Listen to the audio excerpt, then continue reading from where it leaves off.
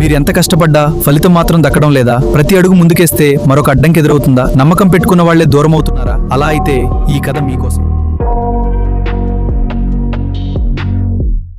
I got nightmares in my head, I fear that the thoughts build up until I can't hear, that my mind fills up into a creature. మనిషి ఓడిపోతాడు శక్తి లేకపోవడం వల్ల కాదు, నమ్మకం కోల్పోయిన క్షణంలోనే. ఈ కథ ఒక సాధారణ మనిషి కథ కాదు. ఇది భయం, నిరాశ, ఒంటరితనం మధ్య నిలబడి హనుమాన్ చాలీసా ఒక జీవితాన్ని ఎలా మార్చిందో చెప్పే కథ.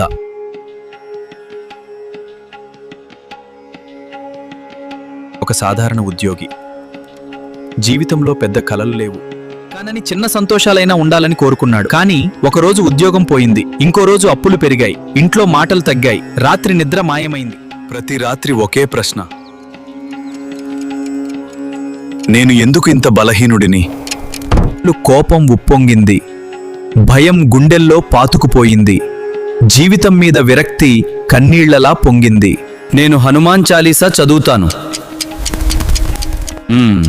ఇప్పుడే. ఒక చిన్న దీపం, పంపించే చేతులు, నెమ్మదిగా పలికిన మాటలు, శ్రీ గురు చరణ సరోజరజ.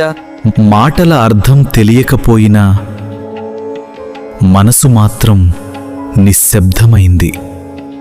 భూత పిశాచ నికట నహీ ఆవ మహావీర్, జబ్ నామ్ సునావే. రోజు ఒకసారి అదే చాలీసా, అదే నమ్మకం. భయం తగ్గింది, కోపం కరిగింది, కనుక నేను చాలా శక్తివంతమైన మార్గంలో సాగుతున్నాను. హనుమాన్ చాలీసా అతనికి ఇలా చెప్పింది: నీవు బలహీనుడివి కాదు, నీలో శక్తి నిద్రపోతోంది.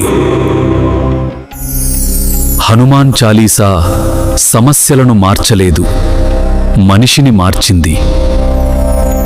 మీరు భయపడుతున్నారా?